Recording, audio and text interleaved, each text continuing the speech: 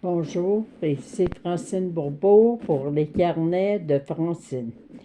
Mon orthophoniste m'a dit de faire des exercices puis que c'était bien agréable de faire des capsules. J'ai un grand texte aujourd'hui à vous lire et puis vous m'en direz ce que vous en pensez. C'est tellement juste. Lisez bien. Je ne sais pas qui a écrit cela, mais il y a de grandes chances que ce soit un senior. J'ai commencé à lire vite, puis j'ai atteint une phrase qui m'a arrêté net.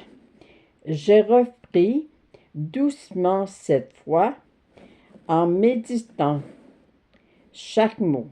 Ce texte fait vraiment réfléchir et vous pousse à ralentir. Et puis vient l'hiver.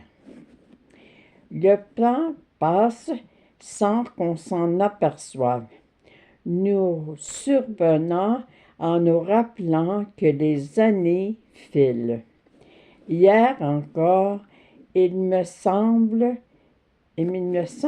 être jeune, franchement mariée et prête à commencer une nouvelle vie. Et pourtant, tout ça semble aujourd'hui appartenir à un autre siècle.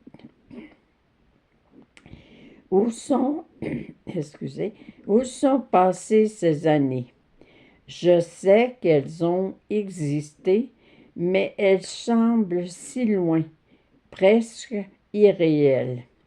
Et maintenant, voilà l'hiver de ma vie qui s'installe, me laissant pris au dépourvu. Comment ai-je vieilli si vite? Où sont passées ma jeunesse et mes ambitions? Je me rappelle avoir regardé des personnes âgées en pensant qu'elles étaient loin de moi, que leur saison était une réalité encore à venir, difficile à imaginer. Mais aujourd'hui, je suis l'un d'eux. Mes amis sont à la retraite, leurs cheveux grisonnent, nous marchons plus lentement. Nous sommes ces personnes que nous observions avec distance. Prendre une douche est un petit défi et les siestes sont devenues indispensables. Sinon, je m'assoupis n'importe où. Ainsi commence ce nouveau chapitre, marqué par les douleurs, la perte de vigueur et le poids des occasions manquées. Pourtant, l'hiver n'est pas la fin. Il annonce simplement le début d'autre chose. Oui, j'ai des regrets, des rêves que je n'ai pas réalisés. Mais ma vie a été pleine malgré tout. Si vous n'êtes pas encore dans votre hiver, souvenez-vous qu'il arrivera plus vite que vous ne le pensez. N'attendez pas. Vivez pleinement. Dites à vos proches combien ils comptent, parce que rien n'est sûr et on ne sait jamais combien de saisons il reste. La vie est un cadeau. Faites-en un héritage précieux. Profitez chaque jour.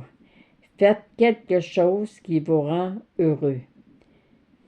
Rappelez-vous, la vraie richesse, c'est la santé et pas l'argent ou l'or. Dernière pensée. Aujourd'hui est le plus âgé que vous ayez jamais été et le plus jeune que vous serez jamais. Appréciez chaque instant. Vos enfants vous reflètent. Sortir est agréable, mais rentrer à la maison l'est encore plus. Vous oubliez les noms, mais ce n'est pas grave. Certains oublient même qu'ils vous ont connu. Vous acceptez de ne jamais être parfait et ça vous libère. Certaines choses ne vous attirent plus et pourtant vous notez leurs absences. Vous dormez mieux dans un fauteuil devant la télé qu'au lit. On appelle ça le pré-sommeil. Vous regrettez l'époque où tout marchait avec on-off. Vous utilisez de plus en plus de mots simples. Quoi? Où? Hein? Même si vous pouvez vous offrir de beaux bijoux, les porter paraît risqué. Vous remarquez que tout est sans manche dans les magasins. Vos taches de rousseur sont devenues des taches de vieillesse. Le monde murmure.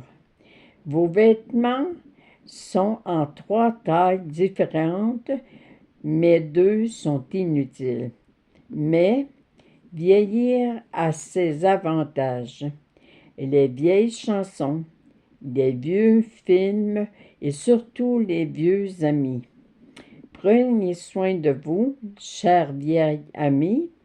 Partagez ce texte avec d'autres et riez ensemble. Ce qui compte, ce n'était pas ce que vous avez accumulé, mais ce que vous avez partagé. C'est ainsi que votre vie sera définie. Un hommage à la beauté de l'âge. Alors, ça me parle vraiment, ce texte-là.